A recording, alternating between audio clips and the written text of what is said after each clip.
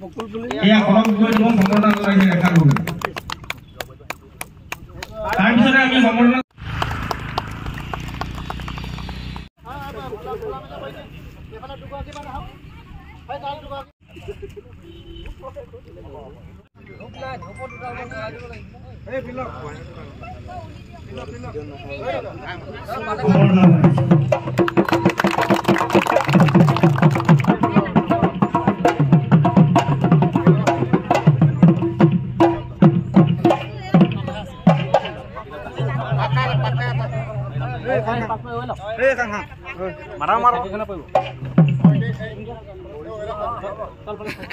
ये धुती बांधा पिल्ला हल गया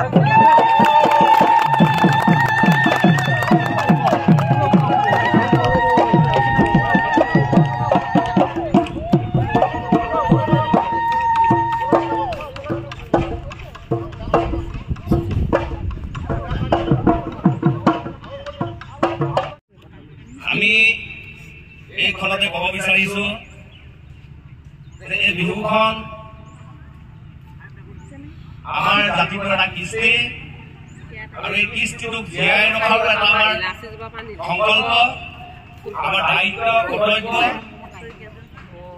এই বিহুখনৰ জৰিয়তে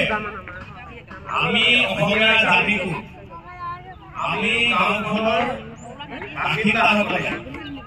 আমি ইজনে সিজনৰ লগত এটা সমন্বয় বাৰ্তা প্ৰেৰণ কৰা এইটো আমাৰ কৃষ্টিৰ জৰিয়তে আমি কৰিছো আমি ভাবো যে এই বিহুখন আমাৰ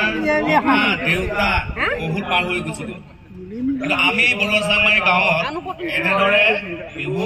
উদযাপন কৰা নাছিল বা তেনেকুৱা ধৰণৰ আমি প্ৰয়াস কৰা নাছিলো বা তেওঁলোকৰ মনতো অহা নাছিল আমি এই বিহুখন পাতি ভাবো যে আমাৰ মাজত থকা দয়া মমতা ককাই ভাই মিলন ডাঙৰক সৰুৱে সন্মান কৰা এই আটাইবোৰ কথা যাতে এই বিহুখনৰ জৰিয়তে আমি তাক মানে বজাই ৰাখিব পাৰোঁ সমন্বয় কৰিব পাৰোঁ আমাৰ লক্ষ্যই হ'ব কৃষ্টি বিহুখনক আমি কেনেকৈ কৃষ্টিটো জীয়াই ৰাখিব পাৰোঁ আৰু আমি উঠি অহা প্ৰজন্ম এই বিহুখনৰ জৰিয়তে তেওঁলোকৰ ভাতৃত্ববোধটো কেনেদৰে সদায় বজাই ৰাখিব পাৰিব ইয়ে হৈছে আমাৰ এটা কাম্য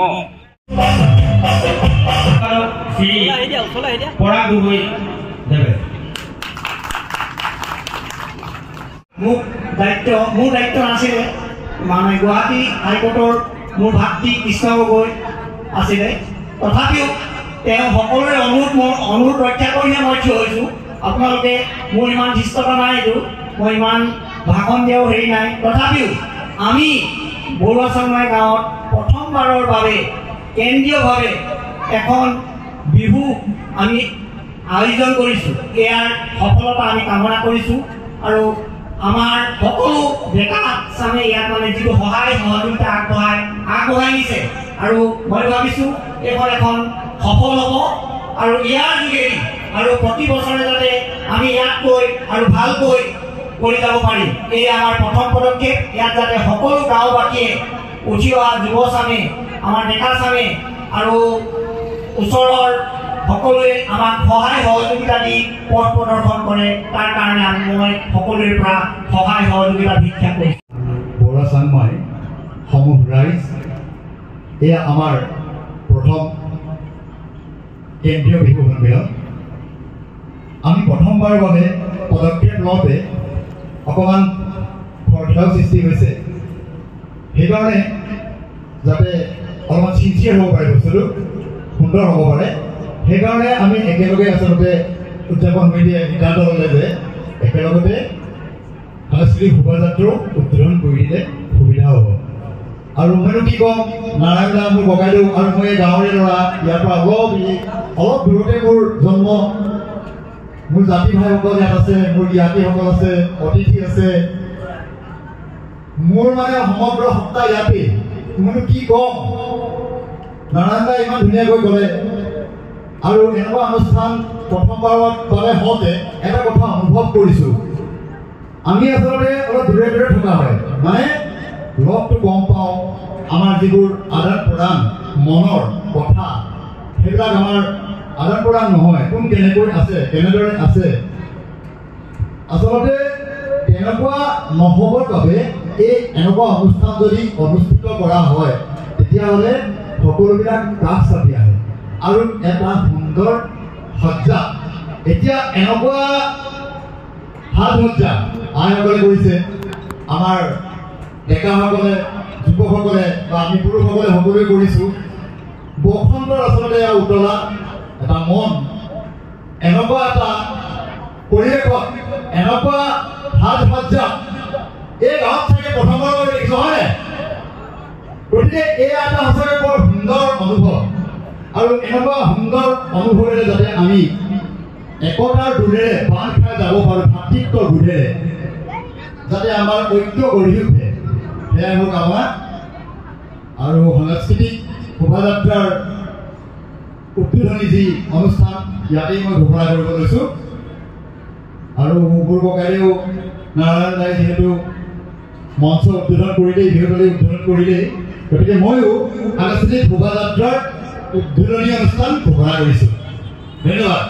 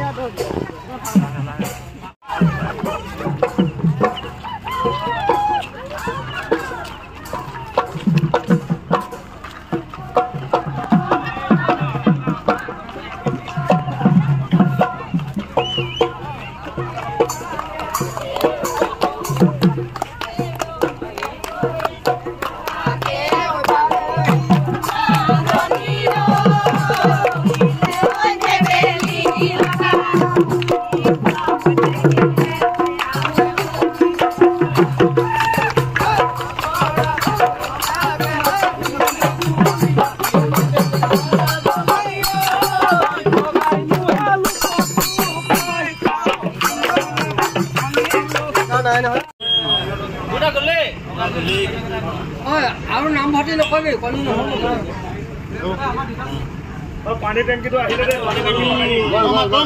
মাইক্ৰফোন এইপিনে মোক কাম কৰিব পানী টেংকি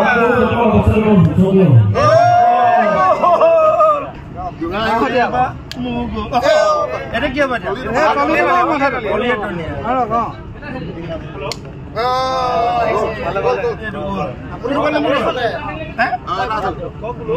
এইকেইটা মাক আপুনি পাব নহ'ব তই পা মই ভাঙিব লাগে ভাঙিলো পাবা ভাঙিলো আৰু এটা আছে